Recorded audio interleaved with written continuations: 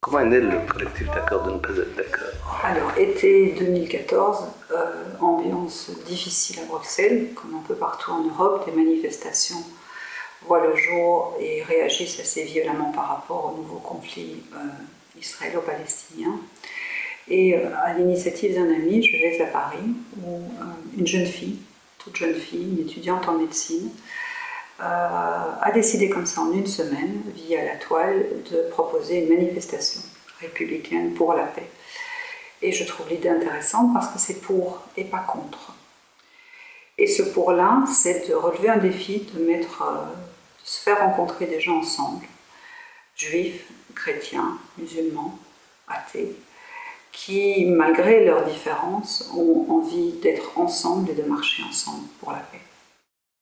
Chacun avait une position radicale, déterminée, une indignation orientée. Il était très très difficile de nuancer, de dire tiens, mais sur ce sujet-là, peut-être que tout de suite on était considéré comme un traître, on se faisait injurier. Donc au fond, c'était le silence ou l'injure. Il était très très difficile de se parler. Or c'est un peu absurde. On n'est pas israélien, on n'est pas palestinien, on a forcément des sensibilités, des opinions.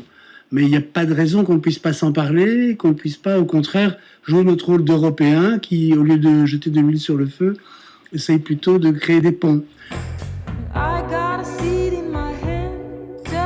Nous décidons d'abord à 4 de nous mettre ensemble, avec des idées politiques également différentes, et de tenter le jeu de l'écriture, d'écrire un article à 4 en tenant compte de nos différences et de ce qui nous relie.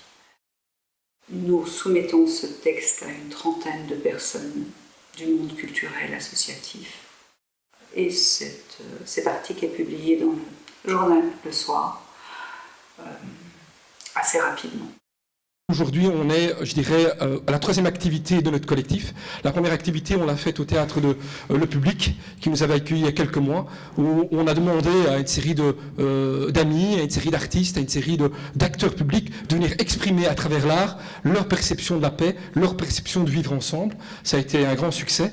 Et puis dans la foulée, on s'est retrouvé à la Tricoterie de Saint-Gilles, où on a organisé une rencontre entre des personnes de confessions religieuses différentes, des musulmans, des personnes de la communauté juive, qui ont partagé la fabrication du pain, chacun avec sa perception culturelle. Et l'idée, c'était un atelier, une activité où on a fait du pain ensemble. C'était extrêmement symbolique, mais c'était la nécessité de se dire quelque part, on continue quand même à dialoguer. Et l'activité qu'on organise cet après-midi en votre présence, c'est, je dirais, la troisième étape qui est un aboutissement. On en fera d'autres après de notre collectif.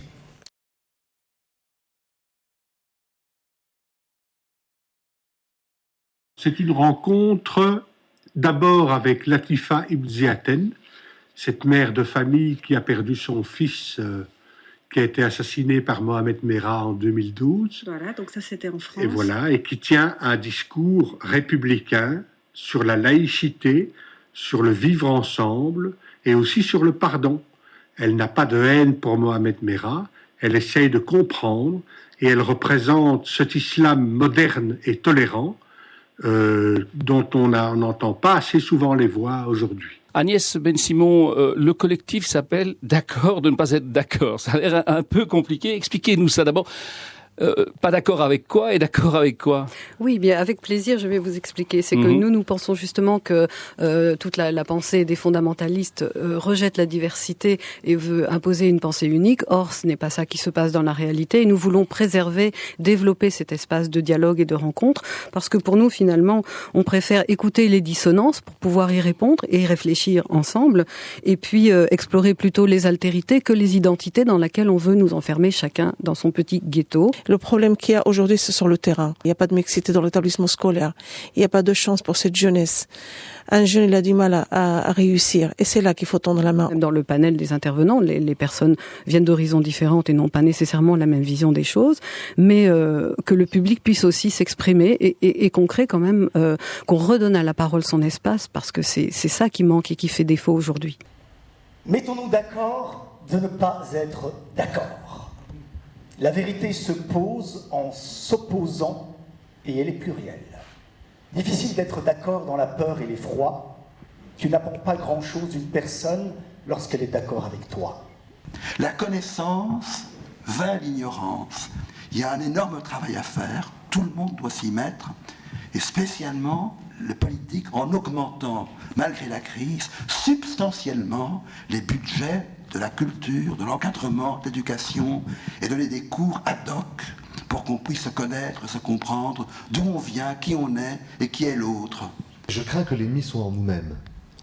Nous vivons en Europe en tenaille entre un populisme qui entretient la peur, qui l'exploite, et puis ces terroristes, ces djihadistes, ces fondamentalistes qui, bien sûr, travaillent à développer notre peur et notre inquiétude, nos angoisses, et qui, dans le même temps, ont aussi comme objectif de susciter de la guerre civile en Europe et de monter les communautés, si tant est qu'il y a des communautés, entre elles. Lutter contre les préjugés sans à son tour les réorganiser. Nous qui voulons toujours raison garder, nous savons qu'il y a des malentendus et des malentendants. Et les malentendants créent des malentendus, vous m'entendez? C'est quoi pour vous la laïcité? Moi, la laïcité, c'est l'égalité. Vous voyez, là, on est ensemble. Je ne demande pas qui c'est qui est musulman, qui c'est qui n'est pas musulman, qui c'est qui est chrétien, qui c'est qui est juif. Là, on est ensemble. Je ne pose pas la question. C'est ça, l'égalité. Pour moi, c'est ça, la laïcité, le respect. Pour la première fois depuis des années, je rencontre quelqu'un qui a exactement la même définition que moi de la laïcité. Ça va.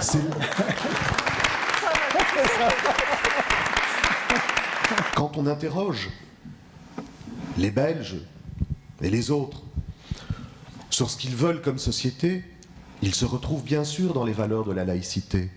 Ils se retrouvent bien sûr dans cette production d'un sens commun, d'un monde commun au-delà des différences, au-delà des singularités, au-delà des identités. Quelque chose qui puisse nous réunir, nous rassembler, malgré nos différences. Sitting in sand and dust, thinking of all the good.